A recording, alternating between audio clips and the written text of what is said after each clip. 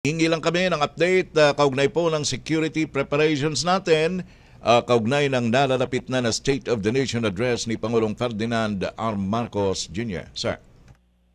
Opo, puspusan na po yung paglalatag po ng security preparations para sa SONA.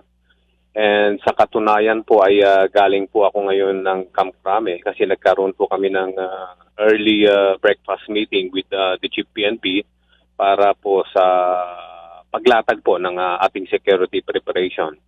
And we would like to report that yung NCRPO po ay magdi-deploy po ng mahigit 16,000 personnel po para to ensure the safety and security of the event. And aside from the 16,000 po na deployment po natin, ay may augmentation po tayo na mahigit 3,000 coming from the other PNP units at saka mahigit 2,000 po coming from the other government agencies kagaya po ng NCR Command ng Armed Forces of the Philippines, sa Philippine Coast Guard, BGMP, Bureau of Fire, MMDA at iba pa pong ahensya ng gobyerno. Ayun. General Labirin, sir, itong nabanggit mong number of PNP personnel and other military units, ito po are to be deployed within the immediate vicinity of the Batasan Pambansa Complex, sir? Tama po yun.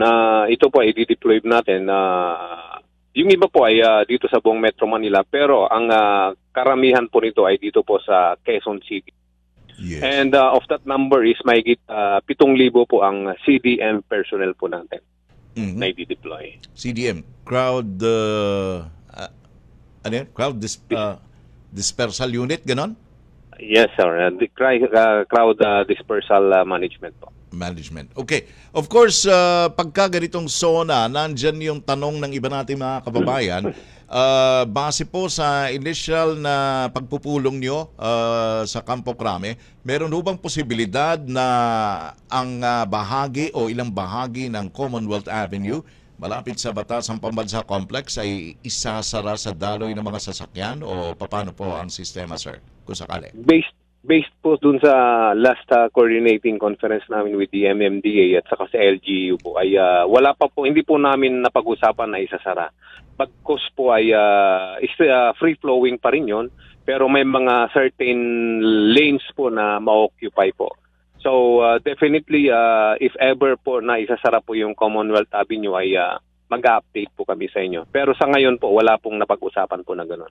Yung usual po na may pwede pa rin dumaan po yung tao, ay yung mga sasakyan po. Ayun.